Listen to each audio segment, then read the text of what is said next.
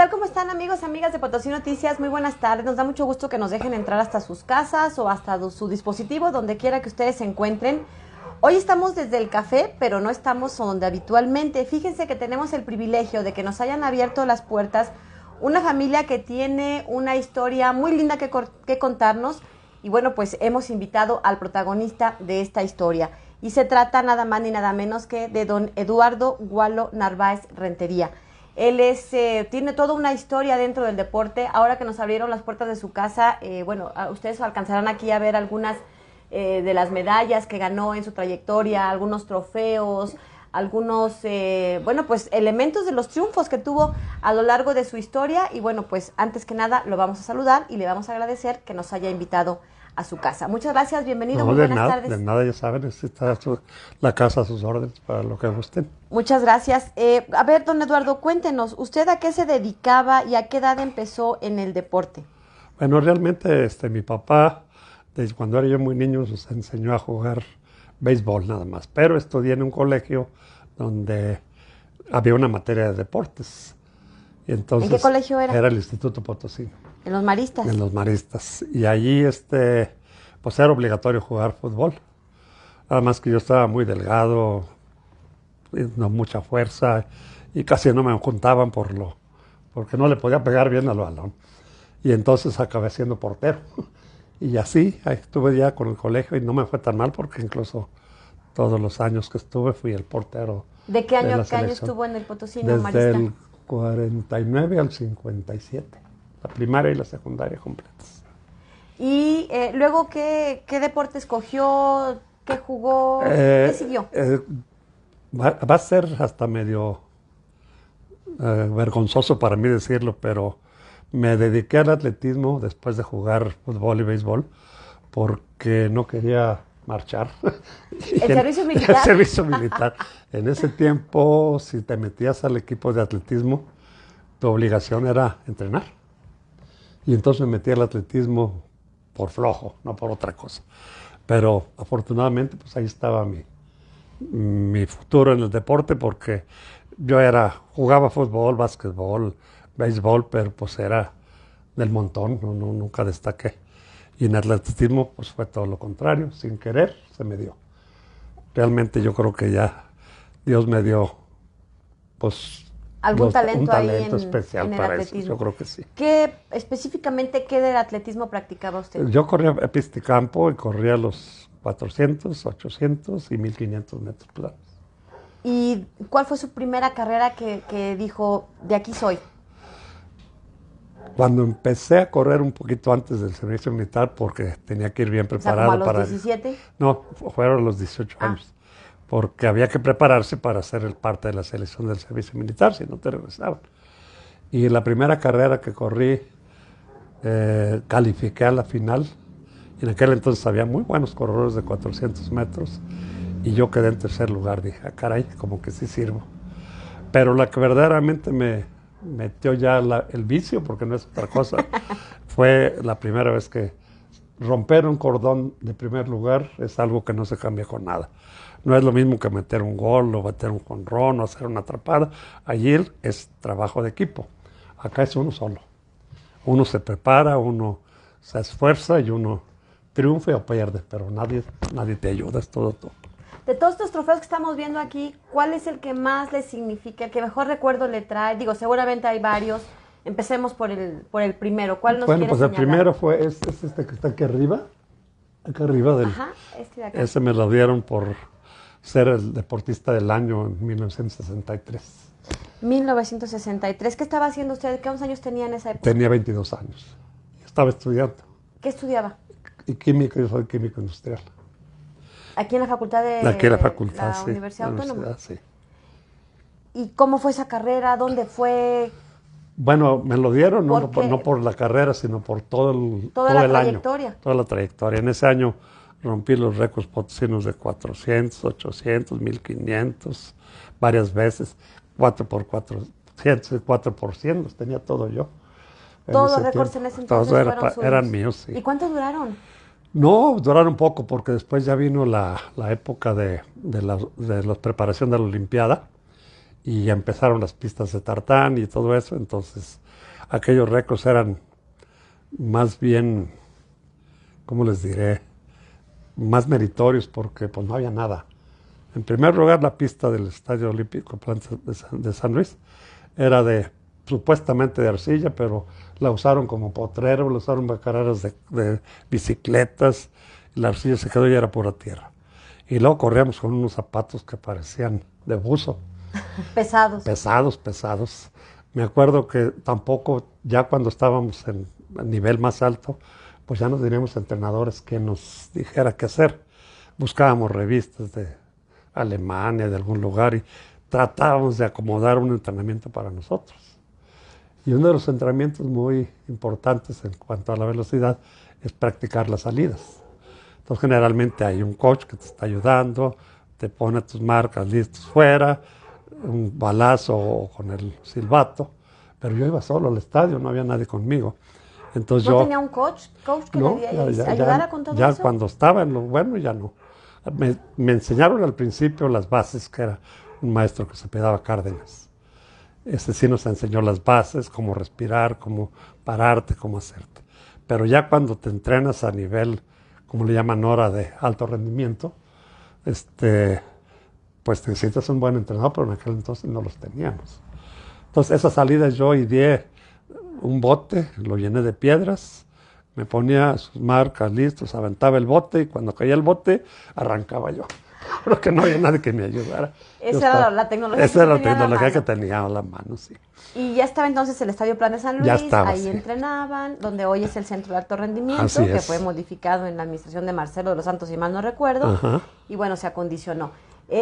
¿Cómo le hacía para combinar la escuela, dónde entrenaba, a qué hora, cómo era su día? Yo vivía aquí en el centro, en la calle de Herrera, que está relativamente cerca de la universidad. Llegaba de clase a la 1, me arrancaba al estadio, entrenaba, llegaba a comer, comía y me iba a clase a las 3 de la tarde. Era así toda la carrera. Todo. Sí. Y si entonces fue en 1963, deportista del año. Uh-huh. Estaba muy cerca el ciclo olímpico de México 68. ¿Nunca se animó a bueno, me quedé seleccionado porque en el Nacional del 62, del 63, fui subcampeón nacional de 1500 y tercer lugar en 800. Y entonces estaba preseleccionado para la Olimpiada creo que fue la de Tokio. Pero terminé la carrera, empecé a trabajar y luego también me dieron clases en la universidad. Entonces ya no había tiempo para ponerme a entrenar. Y realmente lo dejé por eso. Posteriormente, como unos 2 años después, nunca dejé de entrenar por gusto nada más, ya por competencia. Un amigo mío que tuvo muy mala suerte se fue a correr al Centro Olímpico, fue campeón nacional de los 800 metros, incluso creo que récord mexicano. Su nombre era Federico Vera, pero tuvo una lesión, no sé de qué manera, el chiste es que dejó la concentración. Y otro amigo mío, también atleta que estaba allá, me recomendó para que fuera yo a meterme al Centro Olímpico. Me vinieron a visitar, me hicieron una prueba y me dijeron que sí, que con todo gusto me iba. Nada más que yo ya me había echado el compromiso de esta casa, me había echado el compromiso de mi casa, que también yo, compartía los gastos en la casa de mi mamá. ¿Ya se había casado, ya tenía familia? Todavía no me casaba, no me casaba. Pero estaba ya. Pero ya había comprado la casa. Y entonces les dije, bueno, sí me voy, pero ¿cuánto me ofrecen? Yo ya trabajaba en la fábrica, daba clase en la universidad, yo creo que mis ingresos serían como unos 7,000 pesos en aquel entonces. Pues muy buenos. Sí, pues había que pagar esto. Había firmado letras de 10,000 pesos durante 3 años para pagar el enganche, porque no tenía para pagar el enganche completo. Y luego pagaba 1,536, no se me puede olvidar. ¡Qué memoria! De renta, ¡Qué bárbaro! ¡Qué impresionante! Renta. Y entonces les dije, bueno, si me voy, ¿qué me ofrecen? Dice, no, pues te ofrecemos comida y sustento y hospedaje en México y te damos 1,200.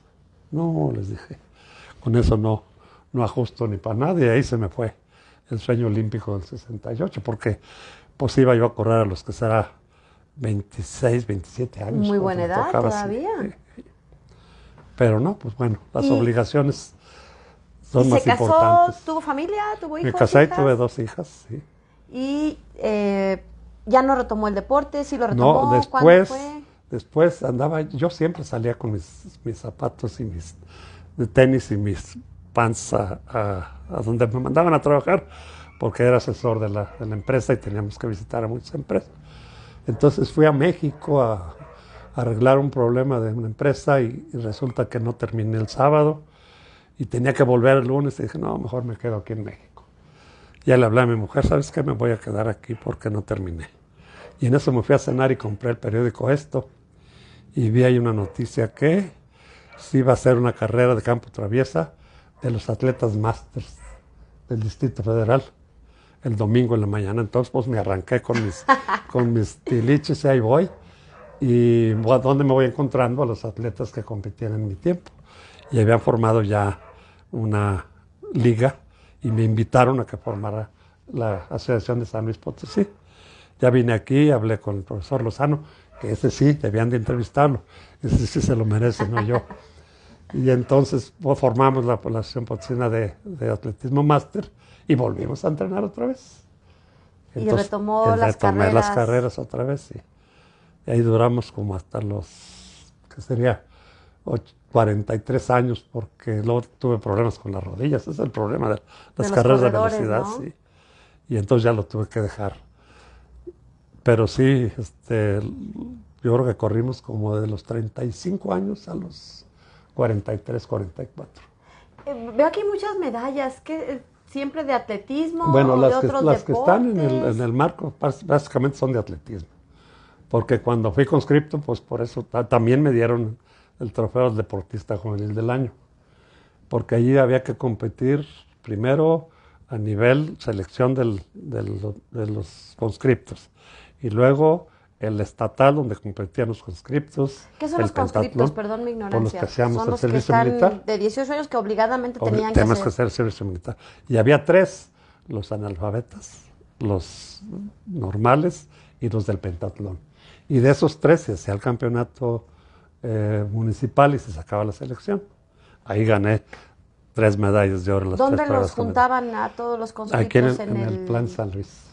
Y ahí eran las competencias. Sí. Que hacer las competencias. Ahí eran las competencias. Y luego después se hizo a nivel estatal y vinieron Matehuala, Río Verde, Valles, y volví a ganar los 3. Y luego se hizo el regional. Esas son las medallas casi del centro. Del regional, ese era... Son más de 25, ¿no? No, son un montón, ¿no? Sí, ahí solo en ese cuadro. En aquel tiempo casi todo era medallas, casi trofeos no era. Más que, por ejemplo, si eras el deportista del año o si eras el mejor deportista de una competencia, a veces estaban un trofeo. Y las carreras de calle casi no se hacían, por eso el atletismo estaba tan bueno. A mi modo de ver, las carreras de calle echaron a perder el atletismo en San Luis. ¿Por qué? Porque ya no es, hay que saber para qué sirves para correr. Y tú ves a correr gente de un peso de 40 kilos, 60 kilos, 90 kilos, corriendo maratones o corriendo eso. Y no son para eso, no son para correr los 100, los 200, los 400. Y la mayoría de los que ganan pues son atletas profesionales que vienen por el dinero. Y los demás más son corredores sociales y pues van en se la toman calle la foto, saludando. la selfie para el celular. Y entonces, pues el verdadero atletismo ya no se hace. En nuestra época yo creo que competíamos de perdido 2 o 3 veces al mes, cada mes en el estadio. E incluso había una regla, que si querías correr una carrera de calle, estaba en aquel tiempo la famosa de la vaquita, estaba la del que sea el fin de año, San Silvestre. San Silvestre, el 31 de diciembre. El 31 de diciembre, una del barrio de Guadalupe, y tenías que haber cumplido con un número determinado de competencias en el Estadio Olímpico para que la selección te permitiera correr en esas carreras. ¿Cómo era San Luis en ese entonces en cuanto a los jóvenes, al deporte? ¿Los gobernantes lo fomentaban? ¿Había condiciones? ¿En qué se movían? No había nada de cosas. Voy a platicar algo que a lo mejor suena usted platíquelo. Suena mal. Usted es el invitado especial. Resulta ser que fuimos seleccionados en aquel entonces para un campeonato nacional de 1962, como 29 atletas de San Luis, para primera fuerza. Ahora no creo que vayan ni 2 ni 3. Y en aquel entonces estaba yo de tesorero y me tocó ir a pedir dinero para pues, que nos ayudaran, porque la sede era en el DF y lo único que nos daban era el hospedaje. ¿Cuántos atletas iban? Como 29 esa vez. Entonces fuimos a hablar a los autobuses y ya nos dieron precio a la mitad y fue la única ayuda que recibimos. Pero nos tocó ir a ver al gobernador y me tocó a mí como tesorero. Antes de nosotros estaban los del boliche, eran 5 personas. Entraron a ver al gobernador y salieron y dice, les va a ir muy bien, muchachos.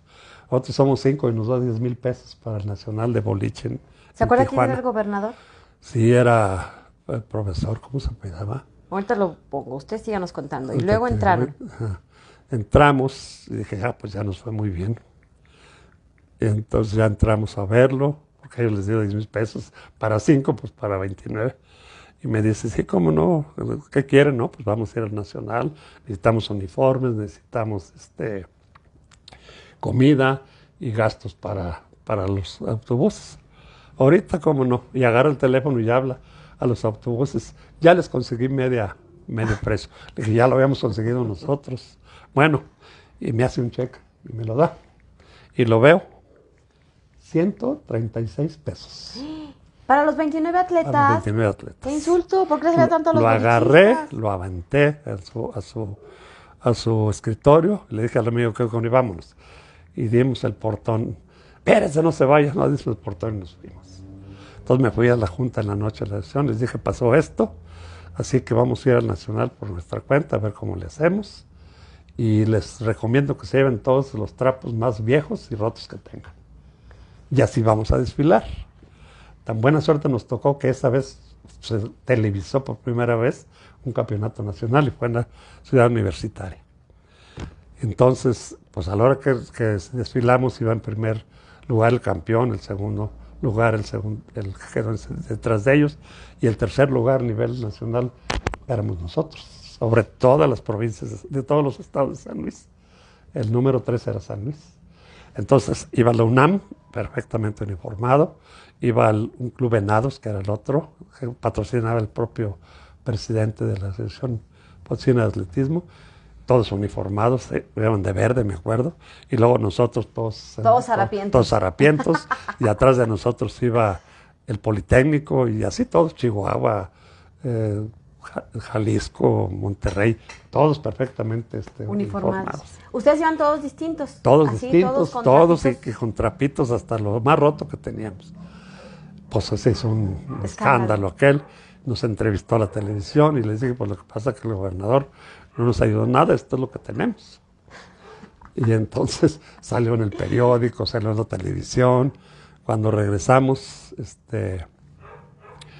me mandó llamar el gobernador para regañar, porque estaba muy molesto. No le hicimos caso y ya no volvimos a pedir nada. Al siguiente año fuimos al Nacional de Saltillo, que fue donde saqué estos trofeos, estos premios. Y ahí sí ya, cada quien llevaba su uniformito, el mejorcito, pero ya no pedimos nada. Oiga, nos está tratando muy bien aquí su familia, qué pena. Está muy riquísimo el café, por cierto. Te va a gustar ya saben más, que hoy es viernes de café. Te va a gustar más el pastel. Muchas gracias. Gracias, Emilio, muy amables. Y bueno, pues a ver, ¿cuál de todos los trofeos que tiene aquí usted es el que le costó más trabajo ganarse? Porque, por lo que haya sido, por la razón que usted recuerda. Pues yo creo que ese del deportista, los dos del deportista del año. Uno fue en el 63 juvenil, y el otro fue en el 60. En 1960. Con el conscripto. No, y en el conscripto nos mataban. Yo me acuerdo que terminé allá corrí 400 y 800, que son dos carreras muy difíciles de compaginar, porque hay eliminatorios en los dos. Y aparte corrí los 4x400. En los 400 quedé en segundo, en los 800 en primero y en 4x400 en tercer lugar. Pero todas las finales fueron el mismo día, con unos cuantos minutos entre una y otra. Cuando nos estaban premiando la del relevo, yo me se me doblaron las piernas y me senté. Pero como era militar, firme, soldado, y me tuvieron que parar. Y ahí sí eran súper estrictos los Sí, militares, muy ¿no? La muy disciplina estrictos. militar era de miedo. Sí, me tuve que parar, no me quedó otra. Pero ya cuando nos mandaron de regreso a San Luis en la noche, nos venimos en el tren, yo me vine sangrando de la nariz toda la noche, no puedo dormir. Del esfuerzo que había hecho. Cansancio Sí, físico, el cansancio, sí, del esfuerzo. Yo creo que esa es la vez que más me he cansado en una competencia.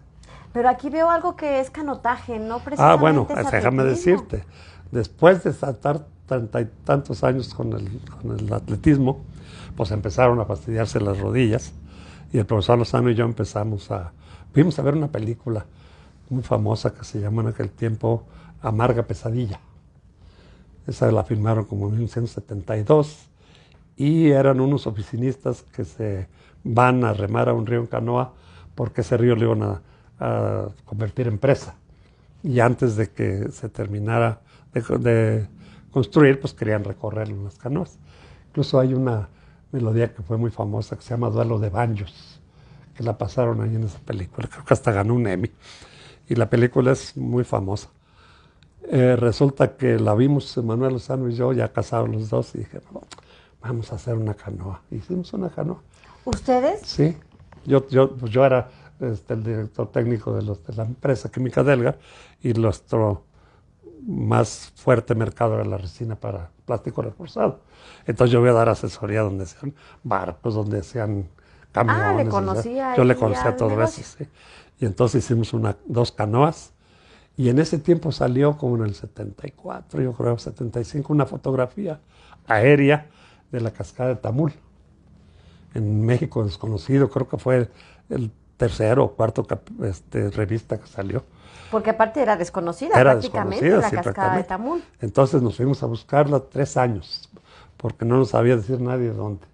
Y hasta el tercer año la encontramos. La segunda vez fue un tío de su sobrino Alfredo. De Alfredo. Pero ya se cayó y nos tumbó los rápidos y ya no quiso volver. Y al tercer año ya sí la encontramos, pero ya entramos por otro lado. Y desde entonces empezamos a andar en canoas. ¿Practicó canotaje?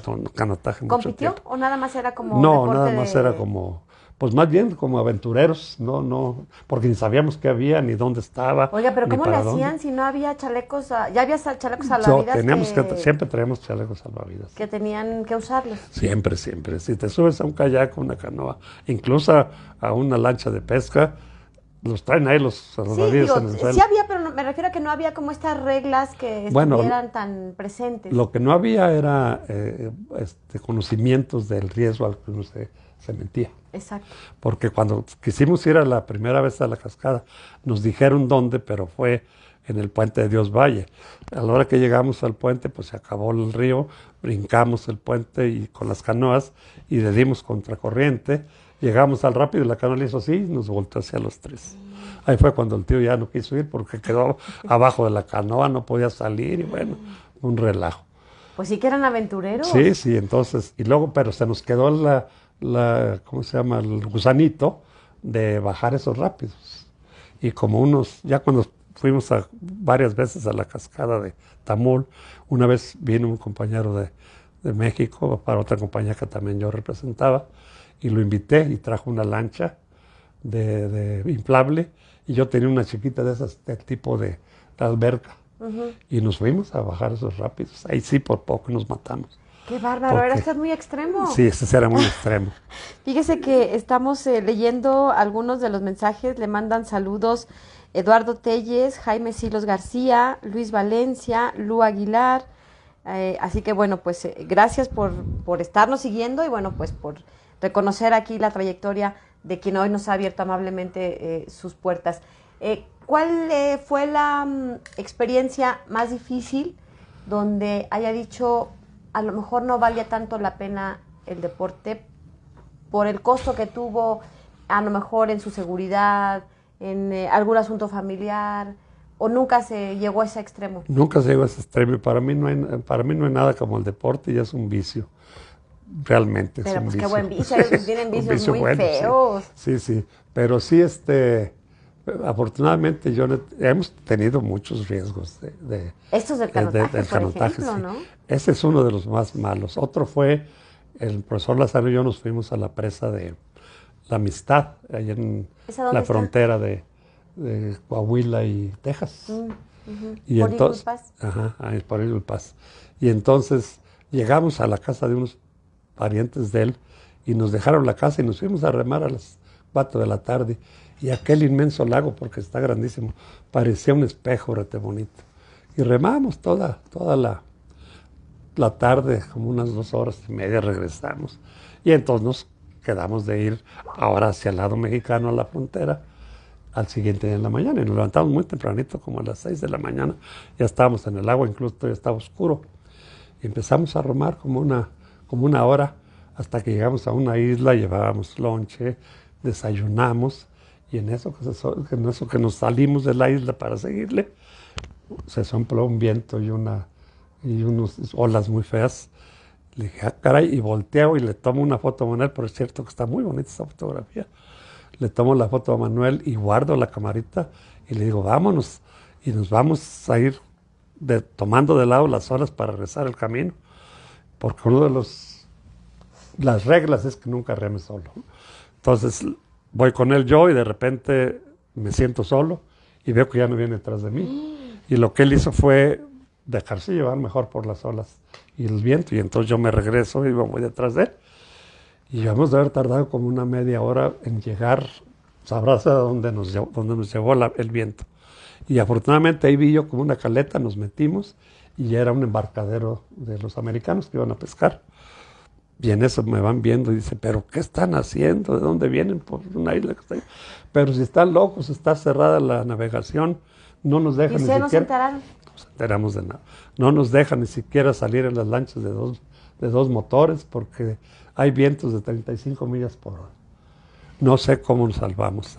Yo creo que un viaje de la Guardia ha de estar muy cansado. Sí, yo creo que sí le dio bastante batalla. Sí, mucha batalla. Esa y cuando te digo que bajamos también los rápidos por primera vez de Santa María en aquellas lanchitas chiquitas, lo que iba a ser 2 horas fueron 8. Wow. Y luego la lanchita no aguantó y nos tumbó los rápidos. Y bueno, una cosa de nunca acabar. Don Eduardo, ¿cuáles eran los apoyos o cuáles... las dificultades, mejor dicho, o dificultades y apoyos que había y que los deportistas necesitan? Porque hemos platicado, por ejemplo, con el maestro Quintanilla, que también cumplió 3 ciclos olímpicos, pero se quejaba de que no había apoyo al deporte. Y a mí me preocupa esto porque Fátima Herrera, la boxeadora que fue a los Juegos Olímpicos de París, también mencionó lo mismo. Yo digo, ¿cómo es posible que estemos en pleno siglo XXI, en medio de una crisis social, de violencia, de drogadicción, de muchos problemas, y no se trate o no se aborde a los jóvenes para impulsarlos o encaminarlos al deporte? ¿Qué diría usted al respecto? Bueno, eso desde mi época era peor, yo creo. Resulta que en el campeonato de 1962, que fue en México, ese que fuimos todos desarrapados, allí competí yo los 800 metros, pero los finalistas éramos, creo que 8. Me encerraron entre todos y yo no pude salir y quedé como en cuarto o quinto lugar en la bola. Pero los 2 o 3 meses hubo una competencia internacional de Club Venados en México y entonces me tocó correr contra el campeón nacional y le gané la carrera al campeón nacional. Y entonces era selectivo para creo que eran centroamericanos en Kingston, Jamaica. Y yo era el primer lugar. Jamás me avisaron. Me mandaron un telegrama que me presentara el sábado, que porque salían allá, y me lo mandaron una semana después. Entonces, era mucho favoritismo de ellos, no te ayudaban con nada, y nomás iban los que ellos querían. Y cuando terminé el nacional, la UNAM me quiso becar para que me fuera para allá, y les dije, sí voy, pero corro por San Luis. Y me acuerdo que me dijo el entrenador de la UNAM, pues si no corres por San Luis en la UNAM, en el nacional, te voy a boicotear. Le dije, ya me han boicoteado muchas veces, olvídense por el atletismo. Y también por eso fue lo que me orilló a retirarme a los 22 años. Sí. Pues muy joven, ¿no? Porque sí, completamente. Podía haber... No, pues estaba en los primeros jugos en aquel entonces. Pero ya te digo, el trabajo y luego aparte me casé un año antes de la Olimpiada y a la hora que estaba yo viendo el desfile, estaba yo con mi criatura aquí a un lado, dije, ¿la cambio por eso? No. Qué bonito, esa respuesta vale la Así pena. es.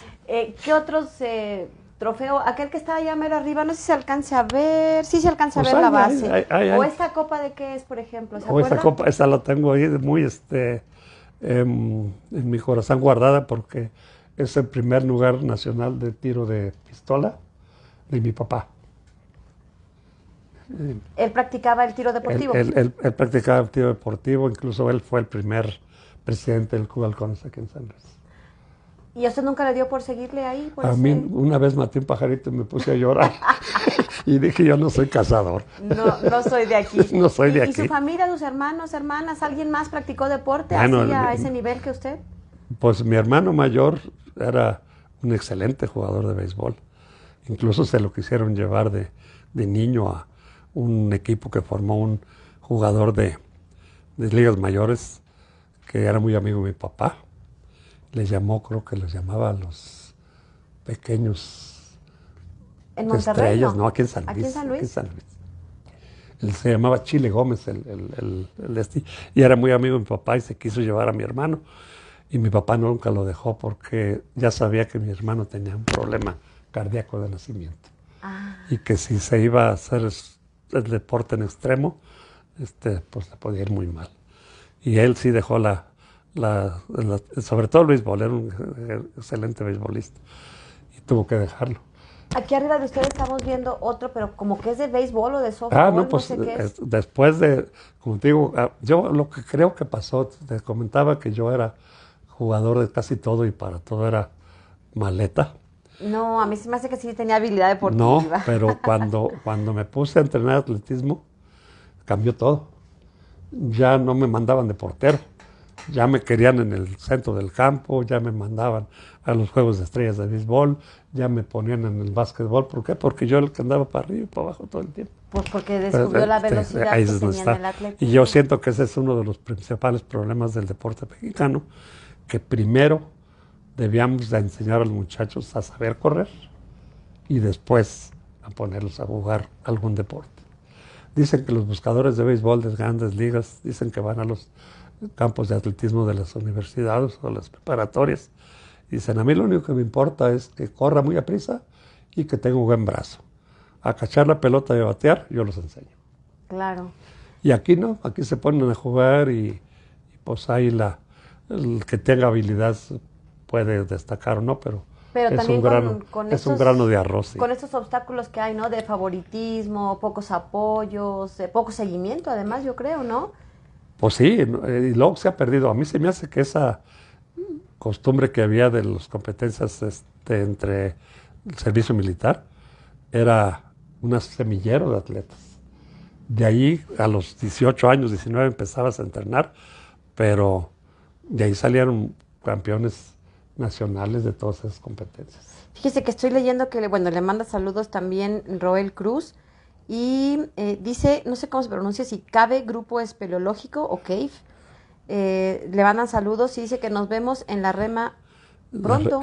¿También va a remar todavía? No, sí, después te ¿Qué edad dice, tiene, perdón? apenas 83 años ahorita. Ya quisiera yo estar así, ¿verdad? Con esa memoria privilegiada y ese ánimo. ¿Y entonces todavía va a remar? No, pues es que después de los kayaks me encontré a un amigo que yo le había dado asesoría también y fui a verlo un tiempo después y al entrar a su oficina tenía unos kayaks colgados. Y le dije, ¿y eso? No, pues estoy haciendo unos kayaks. Un doctor en física que vive en Querétaro, muy buen amigo mío, Rafael Mier. Y ahí empezó la amistad y luego le fui a dar asesoría para ayudarle a hacer los kayaks y hicimos una amistad, me hizo unos kayaks y empezamos a darle con los kayaks ahora como unos 25 años yo creo. Y se han hecho competencias a nivel nacional y hemos asistido a casi todas.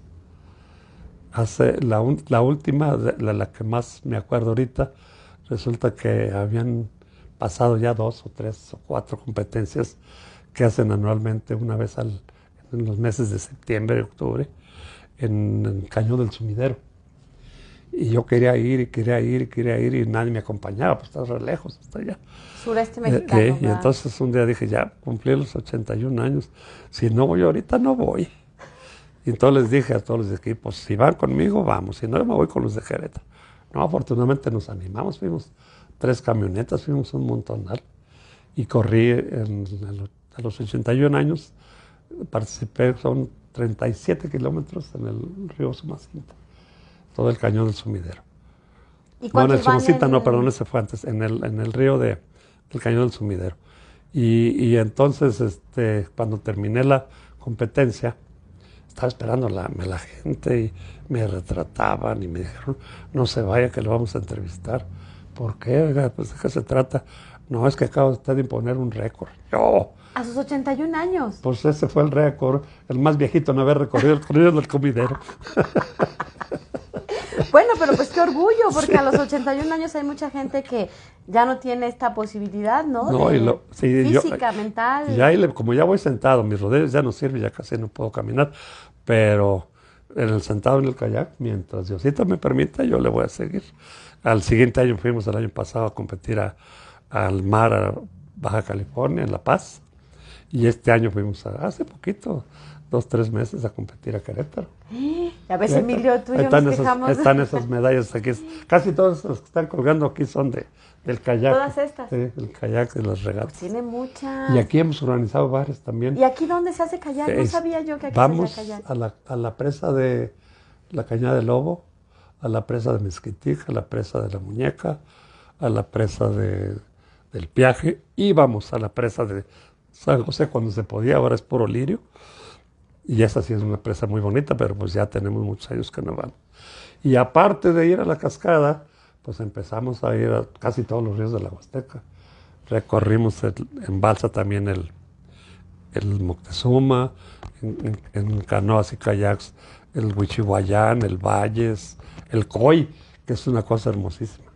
Y yo pienso que el auge que hay tan grande ahorita el turismo ecológico en San Luis, en la Huasteca, pues nos lo deben el profesor Lozano y yo. ¿Por qué? ¿Qué hacían? ¿Cómo abrieron Pues brecha ahí? ¿Cómo fuimos le los hicieron? primeros que fuimos tanto a encontrar la cascada como a recorrer los rápidos. Y luego invitamos a mucha gente. Y durante unos que será 20, 25 años, prácticamente la cascada y los rápidos eran de nosotros. No iba nadie más que nosotros. ¿A quién le pregunto? ¿Por qué duraron 3 años? Yo no me explico. ¿Por qué duraron 3 años en dar con la cascada de Porque Tamul? nos recomendaron en Valles a un cazador que según eso conocía todo, pero nos mandó a un lugar donde no podíamos pasar, que eran los rápidos del Cuarto Cañón de Santa María, y había que ir antes de ese Cuarto Cañón para poder subir hacia la cascada. Y los 2 primeros años, pues no pudimos pasar porque los rápidos son muy fuertes. Si se cae uno de bajada con balsas grandes, imagínate en una canoa, no se podía pasar. Le mandan también saludos Salomón Aguilar desde Querétaro. Muchas gracias que nos están siguiendo. Oiga, lo vamos a invitar más seguido, nos está levantando el rating. Qué maravilla, creo que tuvo más... No, ya mejor no digo porque iba a decir una barbaridad y me iban a regañar. Nos cortan.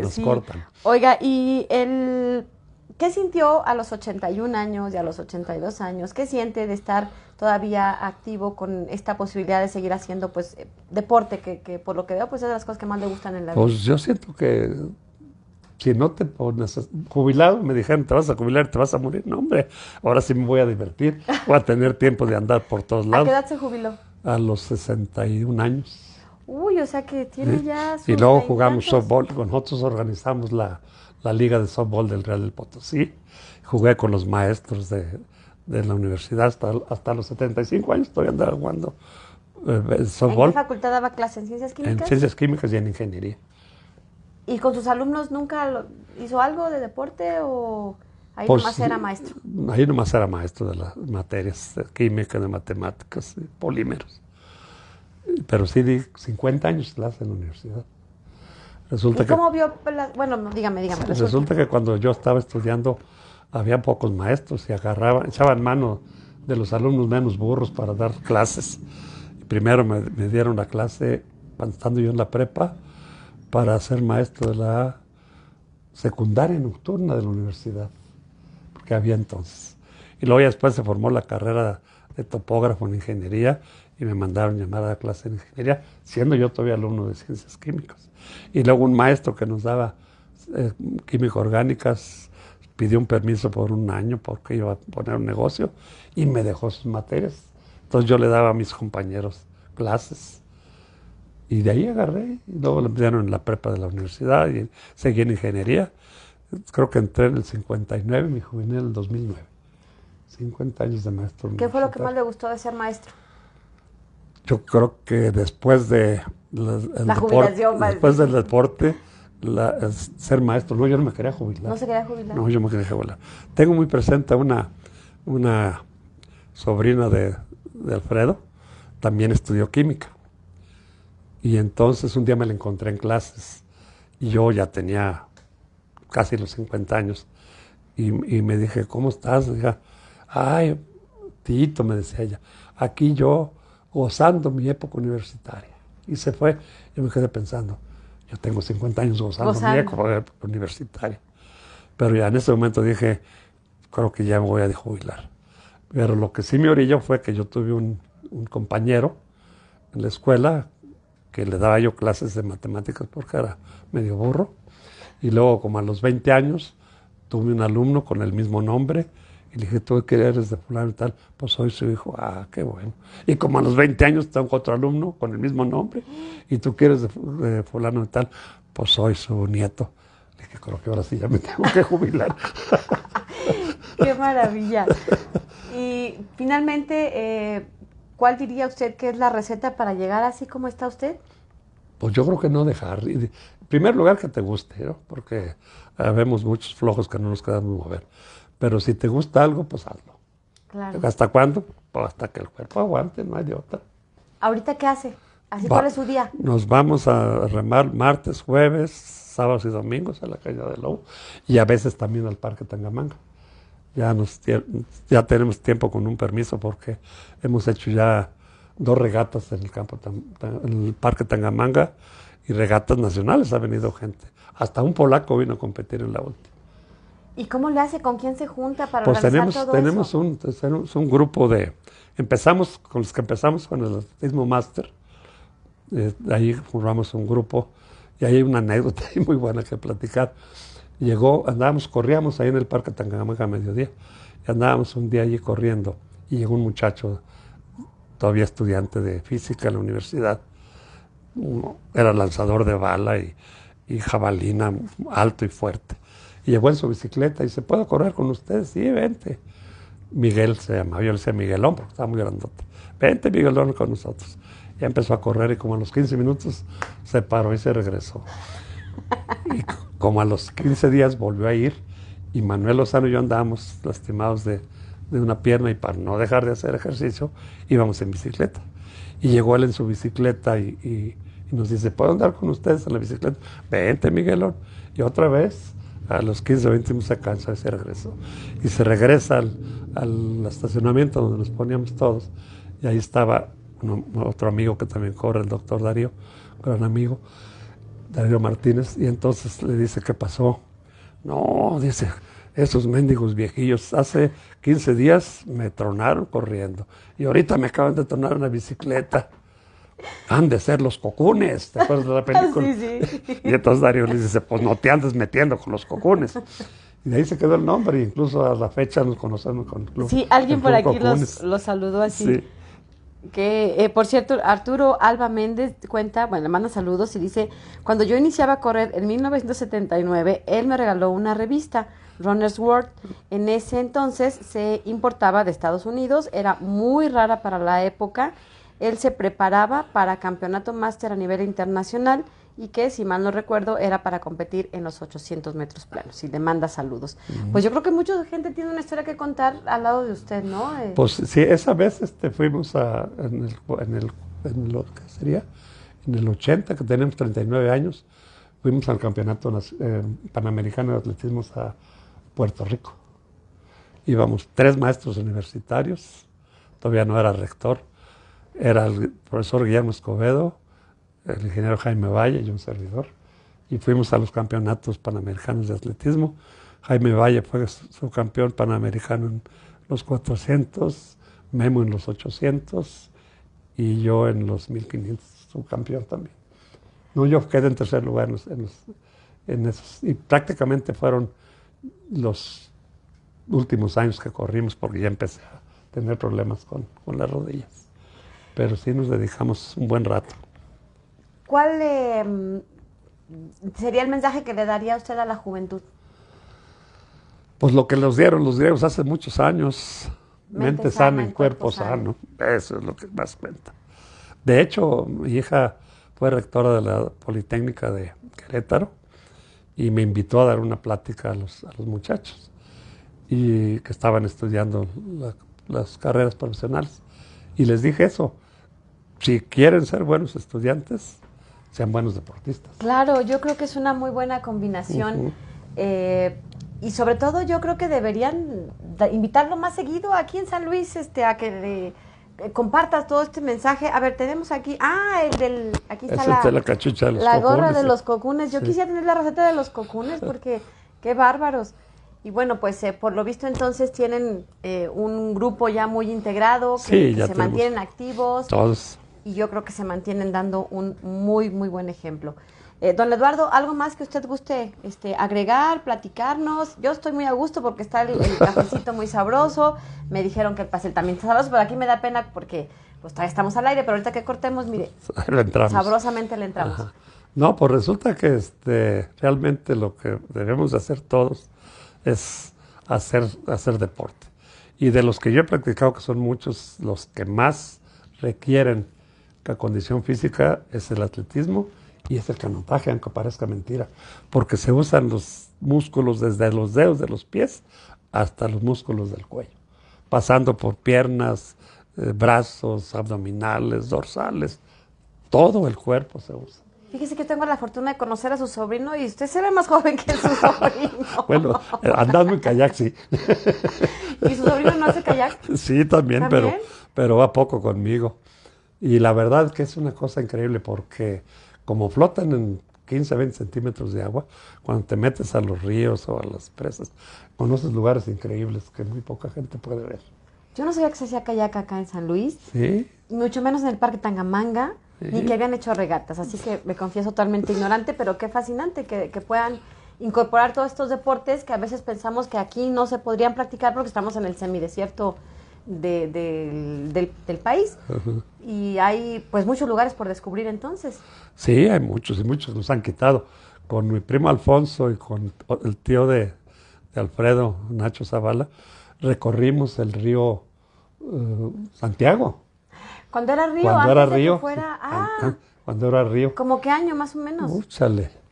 60s, 70s. No, verás, me acuerdo muy bien porque ahí está otra anécdota, era cumpleaños de mi hija, hace como 50 años de eso, un poquito menos.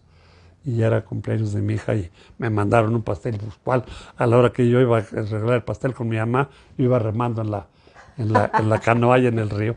¿De dónde a dónde remaba el río? Nos aventamos casi desde el camino a la presa hasta la colonia Guanos. Pues un buen tramo. Un buen tramo. ¿Y qué sintió cuando dijeron que le iban a pavimentar? No, pues yo les decía que también nos dieran la tecnología para convertir nuestros carros en lanchas, porque se iba a inundar cada que lloviera. Y efectivamente así es. Cosa que así sucede. Pero pienso que para la ciudad, pues sí era necesaria ese río, desgraciadamente, porque pues hemos acabado con mucho en la naturaleza. ¿Cómo ha cambiado el paisaje de los lugares que a usted le ha tocado visitar hace 50 años a la fecha, por ejemplo? Pues no, ¿De cuál es el que dice, qué lástima? Pues no, realmente, yo como que soy muy amante de la naturaleza y me gusta ver todo. Me gusta ver desierto, me gusta ver selva, me gusta ver piedras. Y si salgo un viaje largo, porque viajé mucho cuando estaba trabajando, yo disfrutaba el viaje de lo que iba viendo. Y para mí que todo es bonito, el desierto, las dátiles, la gobernadora, los mezquites, huizaches, no se diga. Yo acabo de sembrar uno aquí en mi casa, de tanto que me gusta el huizachito. en la calle. Son plantas, son arbustos muy del altiplano, ¿no? Y son de aquí, y esos son los que ayudan. Muy locales, muy de... Lo que sí me dio mucha tristeza fue hace poquito que fui, tenemos ahí un terrenito en Real del Potosí, y enfrente de la entrada había un mezquital como de unos, no sé, pues era como unos 5,000 metros cuadrados o más. Arrasaron con todo, y ahí está la planicie. Quién sabe qué mugre van a hacer allí, pero les importó poco tumbar, yo creo fácil, unos 200 mezquites y huizachos. Híjole. Y esos tardan años y años en crecer. Claro. Estamos hablando de plantas de hace 200 años, yo creo. Se las llevaron como si fuera zacate.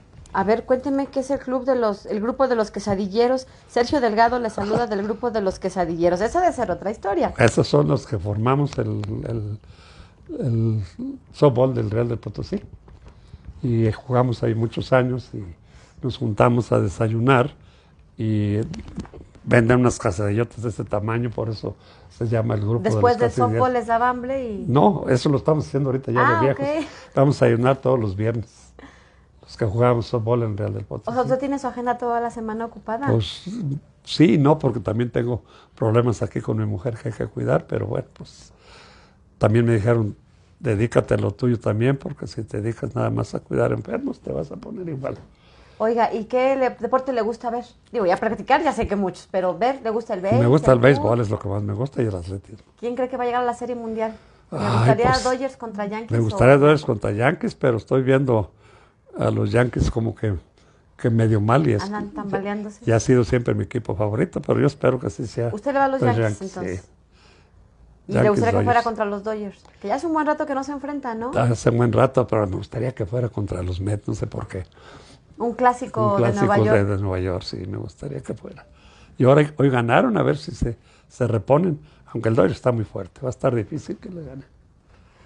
Pues ha sido un gusto platicar con usted. No, Mil gracias por habernos recibido aquí en su casa y muchas felicidades por toda esa trayectoria, toda esta historia que contarnos, porque creo que es un ejemplo de vida, y muchas felicidades por todas estas experiencias. Muchas gracias, a sus órdenes, cuando gusten.